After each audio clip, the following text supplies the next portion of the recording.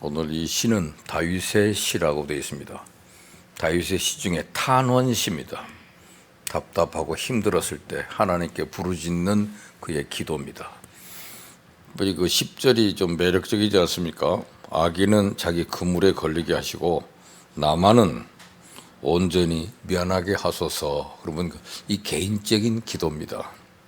이 기도를 하실 수 있는 사람이 누굽니까? 다윗의 기도입니다. 다윗의 기도를 우리가 함께 드린다는 거, 오늘 이 사회에 상당히 충격적인 사건이 이번에 생겼습니다. 서울시장님이 갑자기 돌아가셨어요. 본인이 원해서 돌아간 것도 아니고 때가 돼서 된 것도 자연사도 아니고 끔찍한 어떤 성범죄로 말미암아 본인이 사망을 했는데, 참 이 가슴 아픈 일들이, 또 깜짝 놀랄 일들이 자꾸 우리 주변에 생기고 있습니다. 얼마 전에 부산시장도 그렇고 또 충남도지사도 그렇고 이름이 드러나지 않은 많은 사람들이 전부 노출된 게 성범죄로 말미암아 무너지는 장면들을 많이 봅니다. 구약 성경에 그 많은 이 시를 쓴 다윗도 성범죄로 무너졌습니다.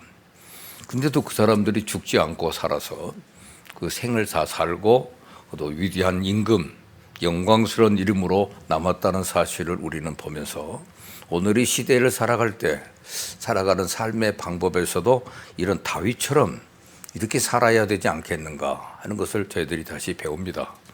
다윗도 성범죄로 말미암아 욕심 잉태한 즉 죄를 낳고 죄가 장성하여 사망을 낳는다는 그런 끔찍한 사실을 삶으로 증명했던 사람입니다.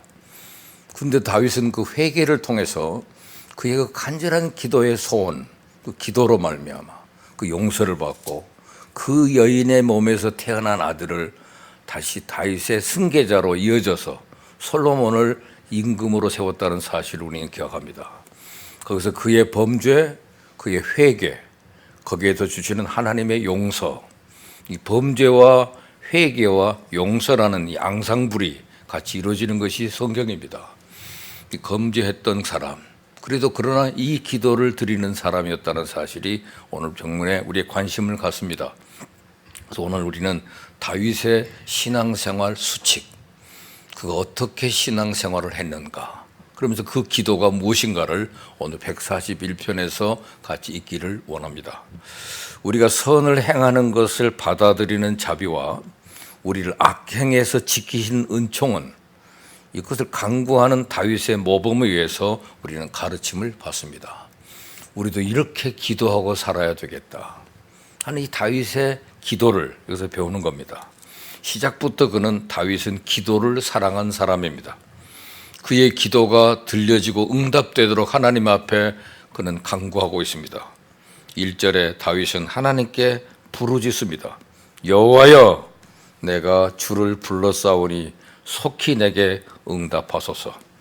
하나님께서 자기 기도를 알아주실 것을 원했고 하나님이 자기를 찾아주실 것을 갈망했습니다.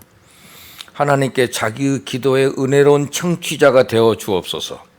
기도에서 부르짖는 자들은 다 시끄러운 소리보다 저의 생명력이 기도에서 들려지기를 희망합니다. 그리고 하나님의 은혜로운 임재를 소중히 여길 줄 아는 자는 하나님의 임하실 것을 재촉합니다. 겸손하게 크게 늦게 오는 지연을 참지 못하고 성급행하지는 않지만 기도하는 사람은 하나님께 속히 임하여 주실 것을 진지하게 기도합니다. 그래서 그는 여호와여, 그 이름을 부르며 내가 주를 불러싸우니 속히 내게 오시옵소서. 그리고 내가 부르짖을 때 내 음성에 귀를 기울여 달라. 그러면서 자기의 기도는 나의 기도가 주의 앞에 분향함과 같이 되며, 이 당시 다윗은 사울에게 쫓겨다니면서 생명을 구하고 도망다니던 정치적 망명 시절의 얘기입니다. 그가 도망다니면서 성전에서 가서 예배를 드릴 수도 없는 상황에서 자기가 혼자 굴 속에서 쫓겨다니면서 하나님 앞에 부르짖더라도 내 기도가 주 앞에 분향함과 같이 성전에서 드려지는 정상적인 예배와 같이 저녁 제사와 같이 그것이 인정된 예배가 되게 해달라고 하나님 앞에 기도하는 겁니다. 믿음으로 기도하는 자들을 하나님께서는 황소나 수소보다 기도를 더 좋아하신다는 것을 생각해도 좋을 겁니다. 하나님은 기도를 좋아하십니다. 기도를 듣기를 원하십니다. 다윗은 하나님의 궁성에도 추방당해서 제사나 분향을 드릴 수 없지만 그러나 그의 기도가 그것들 대신에 드려질 것을 간구합니다.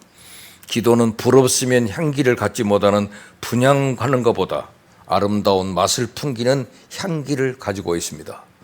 성경에 기도는 향기라고 했습니다.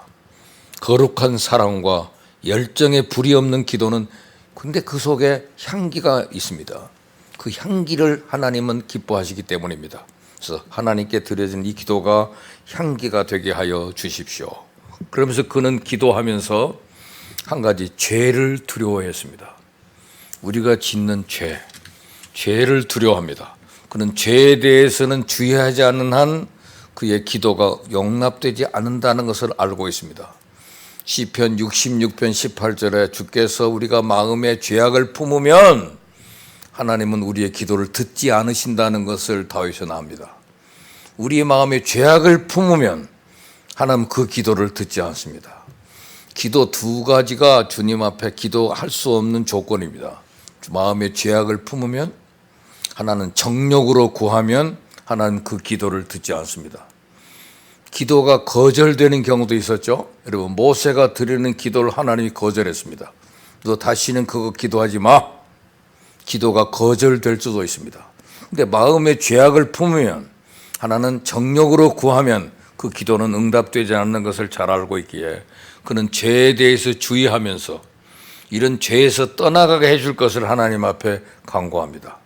우리는 우리를 향하신 그의 은총에 대해서 마찬가지로 우리 안에 있는 하나님의 은총에 대해서도 열심히 기도해야 됩니다. 그러면서 그는 이런 기도를 했습니다.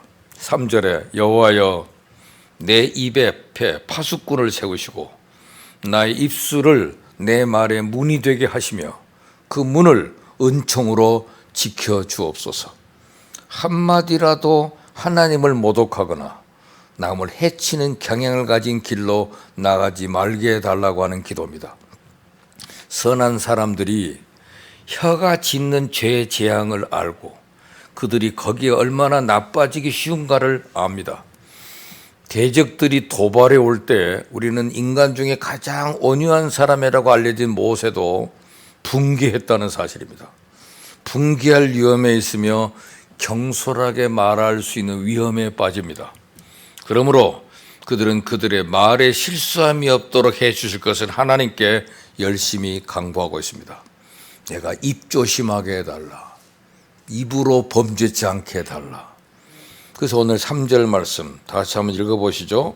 여호와여 내 입에 파수꾼을 세우시고 내 입술의 문을 지키소서. 성경에 딱 여기 한 곳에만 나와 있는 말씀입니다. 우리는 우리의 입을 굴레로 씌워야 된다는 말씀을 배웠습니다. 근데 그것만으로는 충분하지 못합니다. 우리는 그것을 지켜달라고 하나님께 기도해야 됩니다. 느헤미야는 망을 보다가도 하나님께 기도했습니다. 망을 본다는 것은 파수꾼이 지킨다는 거잖아요. 그런데도 하나님께 기도했어요. 왜냐하면 하나님이 지켜주지 않으면 파수꾼이 밤새 깨 있는 것도 쓸데없이 깨 있는 것이 되고 말거든요. 하나님이여 내 입술을 지켜달라. 이것이 간절한 그의 기도입니다. 그는 죄된 말로 습격을 당하지 않기를 기도합니다. 말 조심해야 됩니다. 어려운 상황에 딱 있으면 그 사람 입에서 무슨 말이 나오는가, 그 말이 중요하거든요. 그 말에 통하여 범죄하지 않도록 나를 지켜달라고 하는 기도입니다. 그런데 그는 어떠한 악한 행실에도 기울어지지 않게 되기를 추가로 기도하고 있습니다. 4절에 내 마음이 악한 일에 기울어 죄악을 행하는 자들과 함께 악을 행하지 말게 하시며. 누군 그렇게 안 사나? 누군 그렇게도 살고 잘 살던데 그런 쪽으로 기울어지면 안 됩니다. 악한 일에 기울어 죄악을 행하는 자와 함께 악을 행하지 말게 하소서. 내 마음이 악한 행실에 기울어지지 않게 해달라. 내 안에 죄로 향하는 어떤 경향이 있다 할지라도, 이 죄라고 하는 말은 이기심이거든요. 자기에게로 향하는, 이기심으로 향하는 경향이 있다 할지라도 하나님의 은총으로 말미암아 억제될 뿐만 아니라 극복하게 하소서. 우리를 애워싼 자들의 행실과 우리를 대항하는 자들의 도발이 타락한 경향으로 자극하며 이끌리게 되기 쉬운 것입니다. 우리는 다른 사람들이 행한 대로 행하기 쉬우며 우리가 손해를 입었다면 그들에게 돌려야 한다고 생각하기 쉽습니다. 그러므로 우리는 악한 행실하는 데서 떠나도록 기도해야 되며 죄악을 행하는 자들과 연합하거나 대항해서 악한 행실을 범하지 않도록 기도해야 됩니다. 우리가 이러한 악한 세상에 살며 그렇게 악한 심정이 우리에게 기억되는 한 우리는 유혹에 빠지거나 죄된 일을 행하려는 어떤 자극에도 충동되지 않도록 기도해야 될 필요가 있습니다. 무서운 말입니다. 악한 일에 기울여 죄악을 행하는 자들과 함께 확 가서 죽어버리면 될 거 아니야. 이렇게 그런 쪽으로 이끌림을 당하지 않게 해달라고 기도하는 거예요.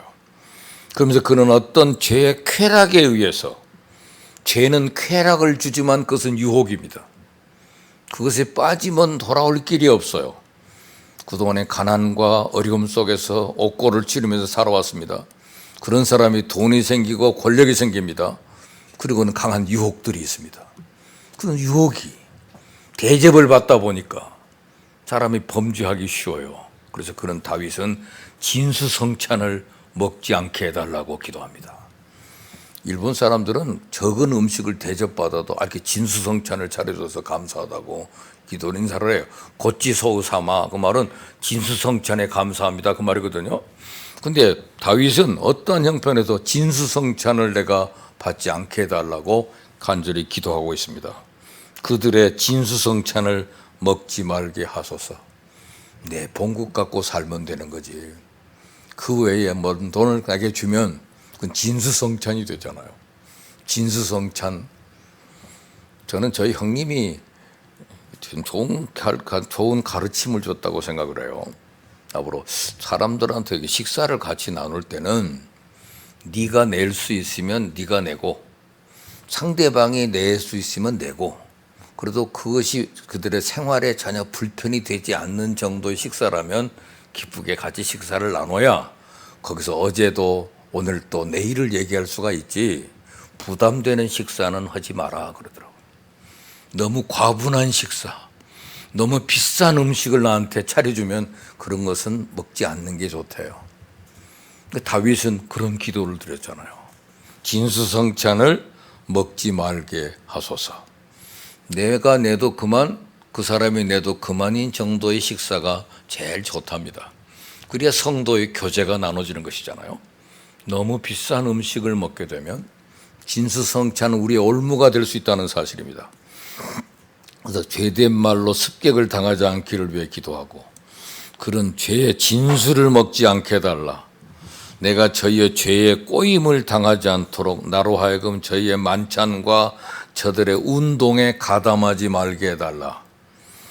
죄의 유혹에 빠져서 살찐 황소고기를 먹는 것보다 죄의 유혹을 벗어나서 식물뿐인 식사를 먹는 것이 더 좋다 그래서요. 식사할 때 딱 식사만 하면 됩니다. 식사 위에 끝나고 나면 제공되는 향응이나 또 다른 조그만 봉투를 받아서는 안 됩니다.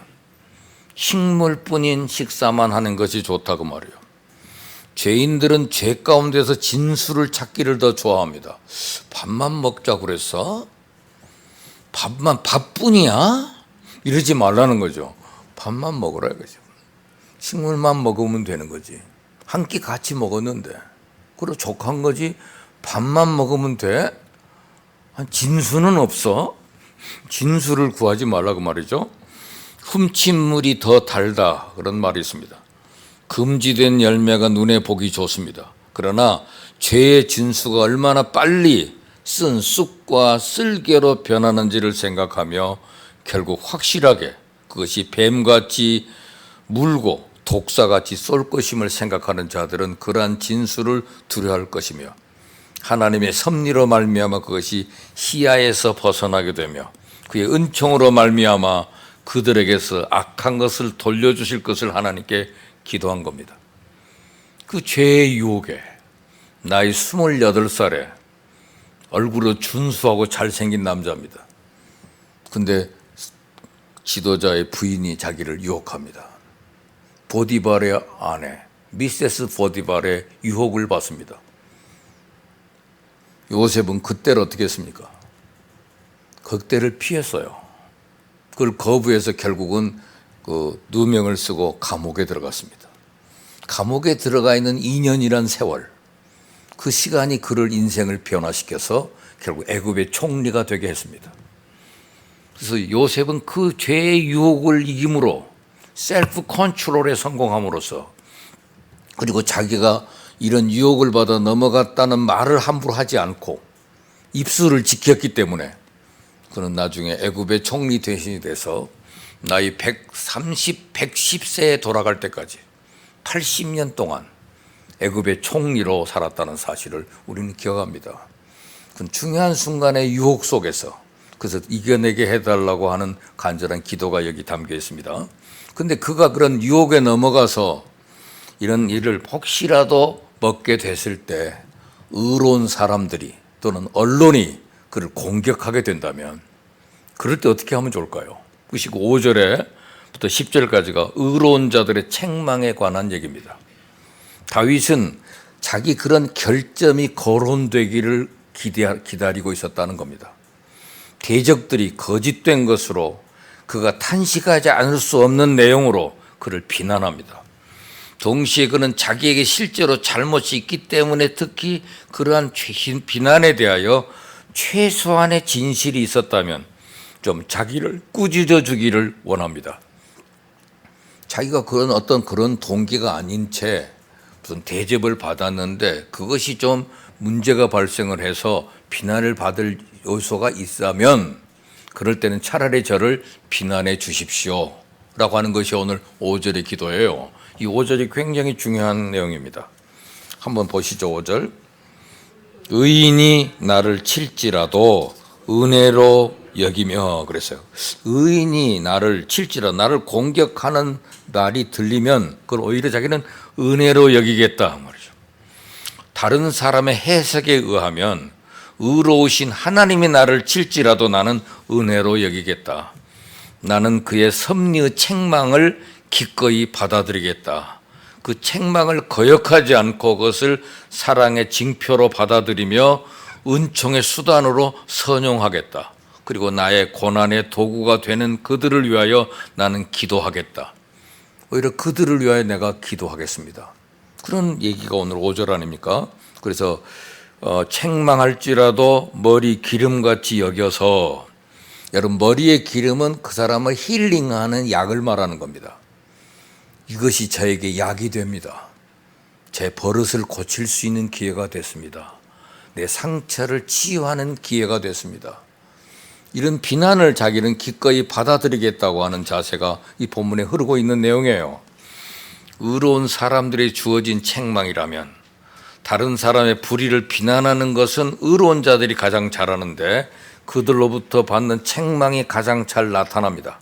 그러나 책망이 공정하다면 책망자가 의롭지 못하다 할지라도 우리는 그것을 좋게 받아들이고 그것에 의해 복종을 배우는 겁니다. 우린 여기에서 의로운 자들과 지혜로운 자들의 책망을 받아들이는 방법을 배웁니다. 여론의 질타를 받고 언론의 강한 공격을 받을 때 그때를 받아들이는 자세가 중요해요. 그것이 죄라고 지적이 되는군요. 제가 그런 경험이 부족해서 제가 그런 것들이 잘못된지도 잘 몰랐었습니다. 이런 기회를 통해서 제가 새로운 깨달음을 얻었으니 제가 앞으로 잘 겸손하게 일을 잘 해결해 나가겠습니다. 이런 가르쳐 주신 것을 인하여 감사드립니다. 이런 자세로 받았다는 얘기예요. 이 5절이 중요한 말입니다. 우리는 우리에게 잘못이 어떤 것이며 우리에 의해서 잘못 행해진 것이 무엇이든지 책망받기를 원해야 된다는 겁니다. 여호와의 의로운 자들의 마음속에 나를 때리며 나를 책망하는 것을 두소서. 나의 마음이 나를 치지 않는다면 반드시 나의 친구로 하여금 그것을 행하게 하소서. 나로 하여금 홀로 죄에 빠지는 무서운 심판에 떨어지지 않게 하옵소서. 우리는 그것을 하나의 우정으로 생각해야 됩니다. 그것을 인내로서 참아야 될 뿐만 아니라 그것을 친절로 받아들이라는 것입니다. 도악자, 내게 악을 말하는 자는 나의 선생이고 나에게 선을 말하는 자는 나의 적이다 하는 것이 명심보감에 있는 말이잖아요. 도선자는 시오 적이요, 나에게 도옥자, 나에게 악을 말하는 자는 나의 선생이다 그랬습니다. 나는 그를 나의 친구로 삼겠다. 잠언 6장 23절에 훈계의 책망은 곧 생명의 길이라 그랬습니다. 우리에게 선한 수단이 되며 우리를 죄에 대한 회개로 인도하며 죄에 빠지는 것을 억제해 주기 때문입니다. 책망의 가슴을 아프게 해도 그것은 치료의 과정입니다. 그러므로 책망이 비록 원수의 입맞춤이거나 우매자의 노래보다 더욱 사모할 만한 것이다. 다윗은 아비가일이라는 여인의 충고 한마디에 그가 칼을 들고 갔다가 칼을 내려놨어요. 그 적절한 훈계로 하마터면 내가 살인죄를 범할 뻔했는데 하나님이 이 여인을 내게 보내서 나로 하여금 범죄치 않게 하심을 인하여 하나님을 찬양합니다. 이게 중요한 일이죠. 하나님을 찬송했던 것처럼 우리는 그것으로 우리 자신을 돕고 치유해야 됩니다. 상처를 진정시키고 아물게 하는 데는 머리에 기름을 바르는 거예요. 양이 치료할 때는 기름을 발라주는 겁니다, 머리에. 그러면 양이 치유를 받는 거예요. 여러분, 모든 고약은 다 기름으로 만든 겁니다. 오인트먼트라는 게 전부 연고죠. 연고는 다 기름입니다. 머리에 기름같이 여기겠다. 결점이 말해지는 것을 참을 수 있듯이 저희의 머리가 상하는 것을 참을 수 있는 자들도 그렇게 하는 것처럼 내 머리가 이를 거절치 아니할지라. 내 머리를 상하게 하며 내 뼈를 꺾게 한 것은 나의 죄 때문입니다. 책망은 내게 더 주어진 더러운 죄를 치료할 수 있는 머리의 기름입니다. 그것이 나의 마음을 상하게 해도 나의 머리가 이를 거절치 않겠다. 그러면서 우리는 적어도 저희의 재난 중에 그들을 위한 기도로서 우리에게 이와 같이 신실하며 친절하게 대한 자들의 우정에 보답하는 것입니다. 이렇게 한 사람들에 대하여 나는 계속 기도하겠습니다. 그랬잖아요. 책망은 의로운 나를 멍들게 하며 나를 꾸짖습니다. 그러나 저 독 있는 기름은 나의 머리를 상하게 하지 않습니다. 나를 멸하지 않을 것이고 내게 해를 끼치지 않을 겁니다. 왜냐하면 나의 기도가 저의 재난 중에 있을 것이기 때문에 하나님은 그로부터 나를 보호해 주시며 내 기도를 공허하지 않게 하실 것이기 때문입니다. 놀라운 내용이에요. 그래서 다윗이 그가 자기 결점이 드러난 것을 바랐던 것과 같이 그의 박해자들도 어느 땐가 저의 결점이 드러나는 것을 내가 참을 수 있게 해달라고까지 기도를 합니다. 나를 공격하던 사람이 어느 날 허점을 보여가지고 오히려 무너져버린 경우가 있었어요. 지금 이 기도는 주로 다윗이 사울한테 쫓겨다닐 때 생겨진 일을 기도하는 것인데 그들이 쫓아다니다가 다윗이 어떤 굴 속에 들어가서 숨어 있는데 하필이면 사울 왕이 그 굴에 들어와요. 화장실이 급했던 모양입니다.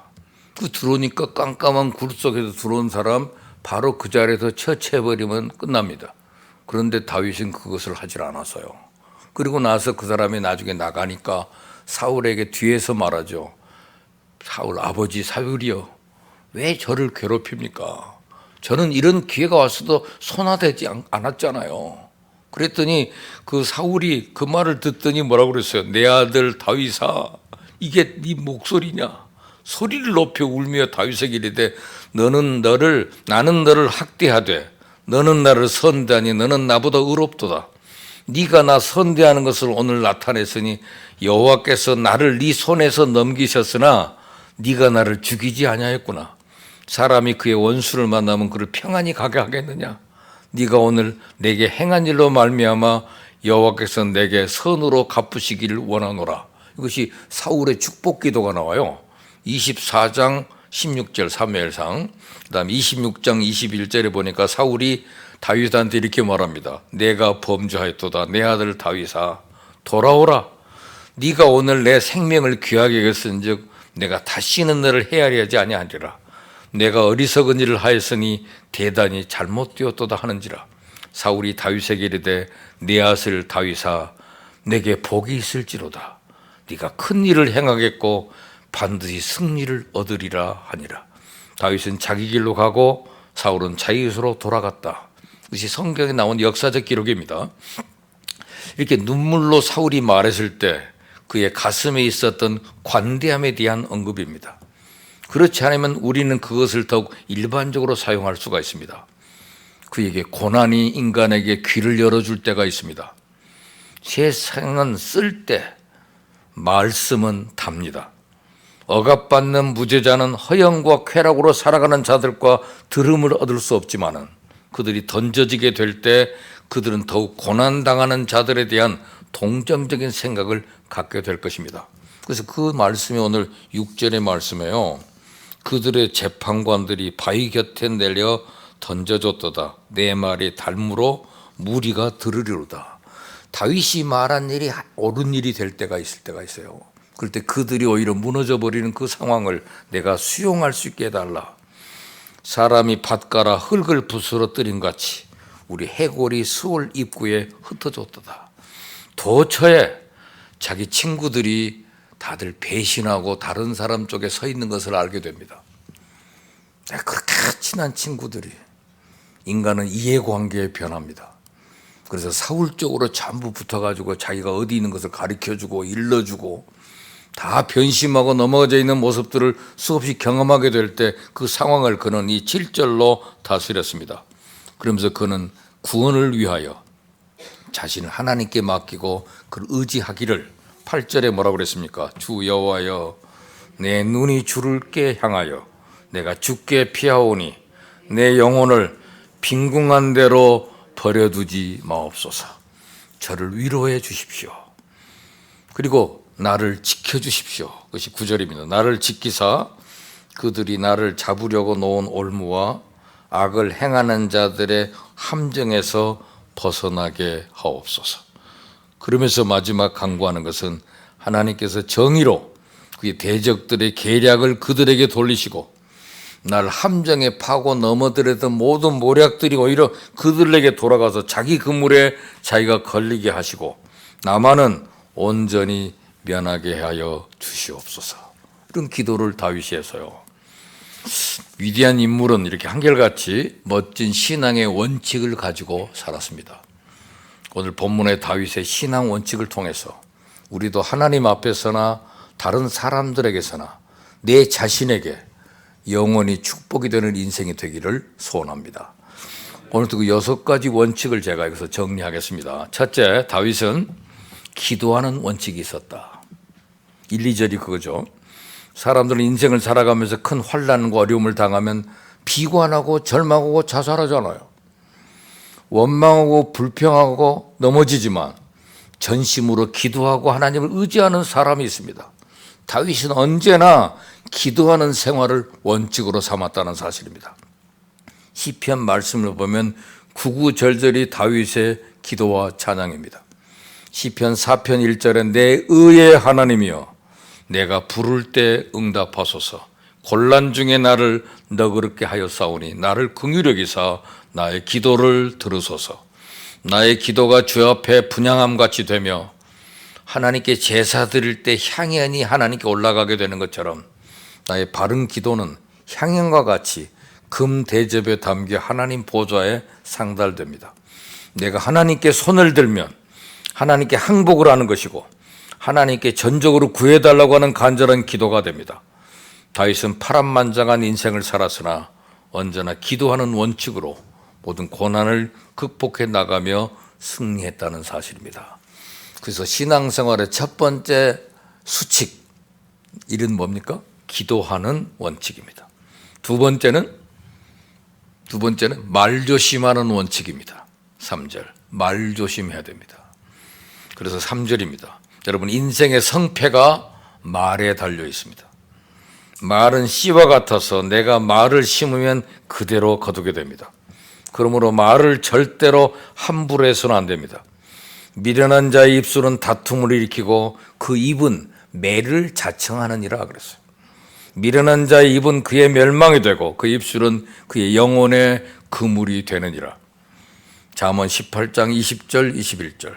그래서 에베소 4장 29절에 무릇 더러운 말은 너 입 밖에도 내지 말고 오직 덕을 세우는데 소용되는 대로 선한 말을 하여 듣는 자들에게 은혜를 끼치게 하라 그랬습니다. 우리가 말하려고 할 때는 언제나 하나님께 영광이 되며 남에게 유익이 되고 은혜를 끼치는 말을 해야 됩니다. 다윗은 이것을 위해서 입에 파수꾼을 세워놓고 입술의 문을 지켜달라고 원칙을 세워놓고 기도했다는 사실입니다. 세 번째 원칙은 다윗은 마음과 행동이 성결한 원칙이 있었습니다. 성결함, 죄악에 기울어지지 않고 그들의 진수성찬을 먹지 않는 인간 사회를 살아가노라면 사람들을 많이 상대하고 만나게 됩니다. 사람들의 말만 듣고 판단할 것이 아니라 그 마음이 어떤지가 매우 중요합니다. 우선 그 마음이 선한가 아니면 마음이 악한가. 마음을 악하게 먹으면 분명히 죄악을 행하는 악에 참여하게 됩니다. 그러므로 다윗은 마음이 깨끗하고 행동이 깨끗해서 성결한 신앙생활의 원칙을 가지고 살기를 힘썼습니다. 내가 실수했습니다. 그러나 경건하게 살기로 작정하면 경건은 내게 유익을 준다고 그랬습니다. 경건은 범사에 금생과 내생에도 유익이 되기 때문에 너는 경건의 얘기를 연습하라 그러잖아요. 기도하고 찬송하고 말씀을 읽고 이런 것이 우리 경건의 연습이거든요. 경건하면 그 상황에서 벗어날 수 있는 길을 주님이 예배해 주기 때문에 성결한 원칙이 있었다는 사실입니다. 여러분, 마음이 깨끗한 사람이 하나님의 지혜가 있습니다. 또 심령이 성결한 자가 영적인 파워가 있어서 영적 전쟁에서 승리하는 겁니다. 심령이 성결하면 기도의 능력이 있습니다. 심령이 성결하면 하나님의 뜻을 분명히 깨닫는 확신이 있습니다. 심령이 성결하면 강하고 담대하여 모든 환경에서 견뎌내며 승리할 수가 있어요. 그래서 다윗은 마음과 행동이 성결한 원칙이 있어서요. 거룩해야 된다. Be holy. I am holy, be holy. 나는 거룩하니 너도 거룩하라. 성경의 명령입니다. 마음이 청결한 자는 복이 있나니 저가 하나님을 볼 것이다 그랬습니다. 성결한 원칙이 있어서요. 네 번째, 다윗은 책망을 은혜로 여기는 원칙이 있습니다. 누가 나를 욕을 하면 감사하다. 이게 받아들여지는 자세. 이게 쉬운 일입니까? 언론이 심하게 욕을 하는데 무시해버려? 그렇지 않아요. 언론의 힘도 무서운 겁니다. 근데 그것을 은혜로 여기는 거잖아요. 의인이 나를 칠지라도 은혜로 여기며 책망할지라도 내 머리의 은혜로 여겨서 내 머리가 이를 거절치 않겠다. 저희의 재난 중에라도 내가 항상 기도하리로다. 그런 다 그 공격하던 사람들이 다 무너졌을지라도 나는 저들을 위해 기도하겠다 그랬어요. 의로운 사람의 자기를 질책하고 책망할지라도 그것을 은혜로 받겠다는 신앙의 원칙을 가졌지만 사람들은 누구나 칭찬은 좋아하지만 책망은 싫어해요. 그러나 지혜자는 잠언 27장 5절에 면책은 숨은 사랑보다 나으니라 그랬어요. 나를 책망하는 것이 숨은 사랑보다 낫다. 다윗이 우리아의 아내로 범죄해가지고 다윗의 성범죄 때문에 나단 선지자가 찾아와 다윗상을 향하여 책망했을 때 다윗은 무릎 꿇고 회개를 했습니다. 다윗의 3대 시, 회개 시가 성경에 얼마나 주옥같이 빛납니까? 주여, 내가 얼마나 울었던지 내 침상이 물에 젖어서 요에 적셔가지고 썩어버렸다고 그랬어요. 그렇게 내가 울부짖고 피를 거고 잘못했다는 사실을. 그 자기가 얼마나 회개했는지 그 회개의 기도가 오늘날 우리 많은 사람에게도 그 회개의 기도를 이룰 때 주여 나에게 성령을 쫓아내지 마시고 주의 구원의 즐거움을 내게 회복시켜 주십시오. 내가 버림받으면 주의 구원의 기쁨이 없어집니다. 그 간절한 기도가 이 다윗에게 있었습니다. 그는 이 책망을 기쁨으로 받아들일 수 있는 원칙이에요. 자기를 욕하는 사람들이 있으면 그것을 시므이가 자기를 욕할 때 옆에 있는 장구들이 저거 제거할까요? 아니다. 저게 그대로 욕하게 두어라. 하나님이 저를 시켜서 나를 책망하는 줄 어떻게 알겠냐. 그렇게 책망을 하면 차라리 내가 받아야 될 고난이 그 제 대가를 그 욕으로 퉁칠 수 있다면 그게 은혜가 되지 않겠습니까? 오히려 다윗은 책망을 기쁨으로 받아들였다는 이 원칙, 중요한 일입니다. 의로운 사람은 기도하고 경건하게 살고 신앙의 사람이 훈계하고 책망할 때 귀에 거슬려도 기꺼이 받아들입니다. 이런 사람을 하나님은 사랑하시고 큰 인물이 되게 한다는 사실, 이런 사람은 점점 신앙과 인격이 아름답게 성숙해 가는 것입니다. 다섯 번째 원칙, 인생이 힘들 때 세상과 타협하지 않겠다는 원칙입니다. 돈 주면 되잖아. 타협 안으로 얼마를 달라고 그래? 해결해 줘.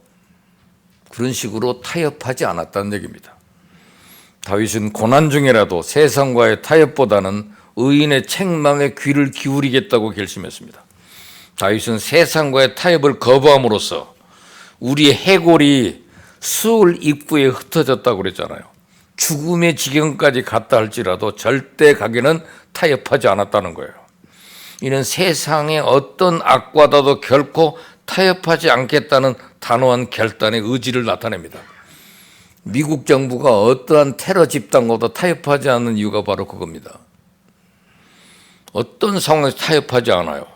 다윗은 인생의 수많은 고난을 통하여 생명의 길을 터득하고 있습니다. 다윗은 이런 말도 했어요. 고난 당한 것이 내게 유익이라. 이로 인해서 내가 주의 율례를 배우게 되었나이다. 시편 119편 71절. 인생의 고난은 하나님께 더욱 가까이 나갈 수 있는 절호의 기회입니다. 성도는 어떤 경우를 만나도 세상과 타협해서는 안 됩니다. 오히려 고난을 감사히 여기며 하나님의 구원을 소망할 때 하나님의 은혜를 잊게 되는 겁니다. 세상에서의 잠시 평안을 바라고 타협을 하면 결국 영원한 후회를 남기게 될 겁니다. 다윗은 비록 자신의 힘으로는 이길 수 없는 시련이지만 하나님의 긍휼과 은혜로 승리할 수 있기를 기도하고 있습니다. 야고보서 5장 13절에 너희 중에 고난당하는 자가 있느냐? 저는 기도할 것이요. 즐거워하는 자가 있느냐? 저는 찬송할지니라 그랬습니다. 마지막입니다. 그는 모든 함정에서 벗어나며 영혼의 강건함을 구했습니다. 내 영혼이 강건해야 되기 때문에 영혼아, 내 영혼아 너는 낙심하지 마라. 내 영혼아 강건하라. 오늘 8절부터 10절이 바로 그거죠. 다윗은 인생의 위기에서 다른 어떤 것도 의지하지 않고 오직 하나님께서 피난처가 되어주실 것을 의뢰합니다. 함정으로부터 벗어나며 영혼의 강건함을 강구합니다. 이게 지혜예요. 영혼이 강건하고 함정으로부터 벗어난다면 모든 건 해결됩니다. 회복됩니다. 백성들의 통치를 위해서 지혜를 구했던 솔로몬의 강구를 하나님이 기쁘시게 받으신 이유가 뭡니까? 그런 장수나 부귀영화를 구하지 않고 하나님의 백성을 지혜롭게 통치할 수 있기를 구했던 것이 하나님을 기쁘게 했습니다. 하나님을 가까이 함이 인생의 절대적인 행복입니다. 이 행복을 영원히 소유하시기를 주의 이름으로 축원합니다. 우리 모두 다윗처럼 좀 신앙의 생활 원칙을 가지고 살아봅시다. 어떤 어려운 일을 만나든지 기도부터 하는 생활을 소홀히 하지 마시고 우리 입술에 파수꾼을 세워 하나님을 찬송하고 기도하고 은혜를 끼치고 영광 돌리는 입술이 되시기를 바라고 마음과 행동이 언제나 성결한 성도의 생활이 되고 마지막으로 말씀의 권면과 책망을 달게 받고 은혜로 여기는 자가 돼서 점점 성숙된 하나님의 아름다운 자녀들이 되어 이 땅에서도 주께 영광을 돌리고 하늘나라에서도 빛나는 별들이 다 되시기를 간절히 축원합니다. 기도합시다. 하나님 아버지, 어려운 때를 당했습니다. 국가의 지도자들이 무너집니다. 그러나 임금도 무너진 적이 있었지만 그는 이렇게 기도하는 삶의 원칙을 가지고 신앙생활의 원칙을 가지고 살아서 만대의 그의 이름이 남고 오늘 또 그의 삶의 생활의 원칙을 우리에게도 적용해 주시기를 구하는 그런 삶을 저희들도 살게 하여 주시옵소서. 우리 아버지 하나님, 오늘 가슴에 손을 얹고 기도합니다. 은혜의 하나님이여, 예수님을 통해서 이미 아버지께서 혼자 일하시고 우리 죄를 청산하시고 우리 병도 청산하셨으며 수고하고 무거운 짐도 청산해버린 것을 감사드립니다. 아버지 하나님께 예수의 이름으로 간구하오니 이미 은혜로 해결된 것 내 아버지께 부탁합니다. 아버지, 우리 몸에서 병을 다 제하여 주시옵소서. 병을 다 멸하여 주시옵소서. 병의 뿌리를 뽑아버려 주시옵소서. 병이 우리 몸에 남아있지 못하게 하여 주시옵소서. 우리 힘으로 싸우지 않고 이미 하나님께서 싸워 이겨놓은 것을 우리는 의지합니다. 은혜로 고쳐 주시옵소서. 수고와 무거운 짐 주님께 맡깁니다. 이 일은 하나님의 것, 이를 행하시고 만들어 성취하시는 하나님 아버지, 하나님이 맡아 처리하여 주시고 휴식을 주시옵소서. 평안을 주시옵소서. 승리를 주시옵소서. 성령으로 충만케 하여 주시고 하나님 영광이 넘치게 하여 주시옵소서. 우리의 기도를 들어주심을 감사하고 예수님 이름으로 축복하며 기도드립니다. 아멘.